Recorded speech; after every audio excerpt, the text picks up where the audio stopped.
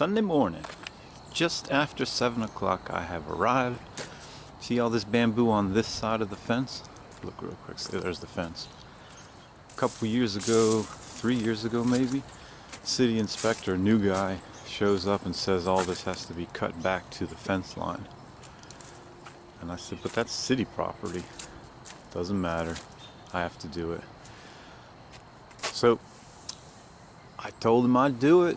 That was years ago. I don't know what happened to that guy. You know, every time there's a new inspector, new rules, and the same old house fails every year, because every year they change the inspectors. But I said I would do it, and here I am years later. That's what I'm going to be doing Sunday morning. You know what the funny thing is? The city sends a street sweeper around. The guy intentionally skips over this area.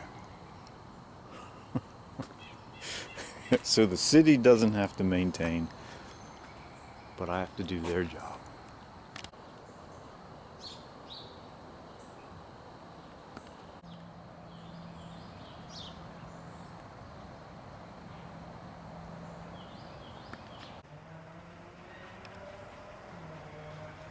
Doesn't have to be perfect, it has to be consistently maintained. Perfection comes later. Looks a wee bit better.